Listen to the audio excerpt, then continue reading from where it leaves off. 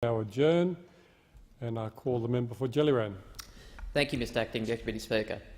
I speak today as a representative of a community still reeling from the loss of 2,500 manufacturing jobs at the Toyota Altona plant. With the loss of these jobs and the flow-on effects to the thousands more manufacturers of component parts that supply the Altona plant, manufacturing in my electorate is under enormous pressure. In this context, it is even more important than ever before that the federal government does everything possible to support jobs in other industries that are currently under threat in Melbourne's west. I speak here of the BAE shipyards, which are an iconic part of the identity of Williamstown and Melbourne's west. They represent a shipbuilding legacy that stretches back over 150 years and is woven into our nation's history. There are dry docks at the Williamstown shipyards that were built with convict labour and are now protected by the National Trust as a significant part of Australia's national heritage. And for 150 years, the shipyards have been at the cutting edge of the maritime industry, constantly advancing the craft of shipbuilding through the innovation of Williamstown workers. Today, that translates into some of the most advanced manufacturing work in Australia, combining high-tech equipment with scientific expertise to build the air warfare destroyers and landing helicopter docks that play a key strategic role in Australia's defence forces. I've visited the BAE shipyards in Williamstown many times, and I see the pride that these workers take in playing a key part in one of Australia's most important strategic industries. And I know, most importantly, that BAE is a business that has been investing in the future of Melbourne's west.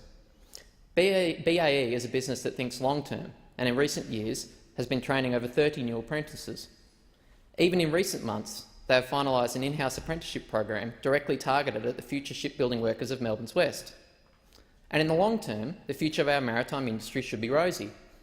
In 2013, the then Labor government released the Future Submarine Industry Skills Plan, which articulated the government's commitment to enhancing and maintaining the necessary skills, expertise and capacity in Australia's naval shipbuilding industry to ensure successful delivery and sustainment of Australia's future naval capabilities, particularly the future submarine.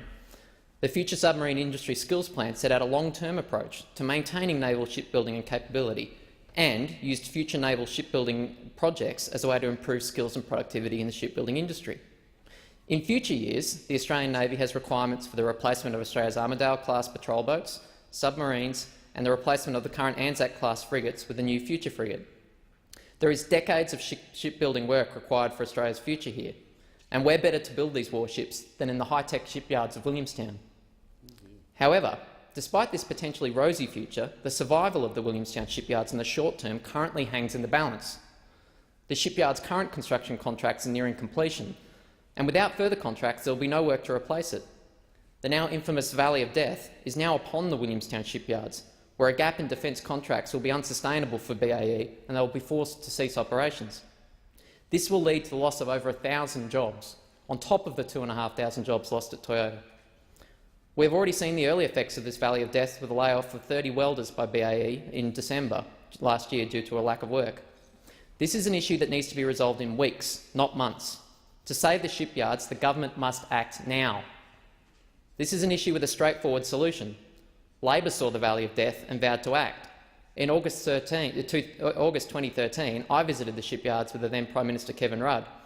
He announced that after the election we would fast-track defence contracts to replace Australia's supply ships HMAS Success and Cirrus and secure the futures of over 1,000 workers at the Williamstown shipyards. The response to this from the then Shadow Defence Minister, David Johnson, in the other place, was to mouth platitudes about building another aircraft war destroyer. After the election, I wrote to Senator Johnson asking for details of this commitment. The response I received gave no guarantees to the workers of Williamstown that they would be supported by their government. The Prime Minister claims that we need jobs in growing industries. The Prime Minister claims that defence spending will grow to 2% of GDP under his government in the next 10 years. If the Prime Minister is to be believed, the defence sector will be a growing industry capable of supporting a vastly expanded naval shipbuilding industry. So why won't the Prime Minister pick up his pen and sign the defence contracts that will secure the jobs of Williamstown workers? Even Liberal Premier Dennis Napthine has realised that something must be done and is pleading with the Prime Minister to act. But the coalition government isn't listening.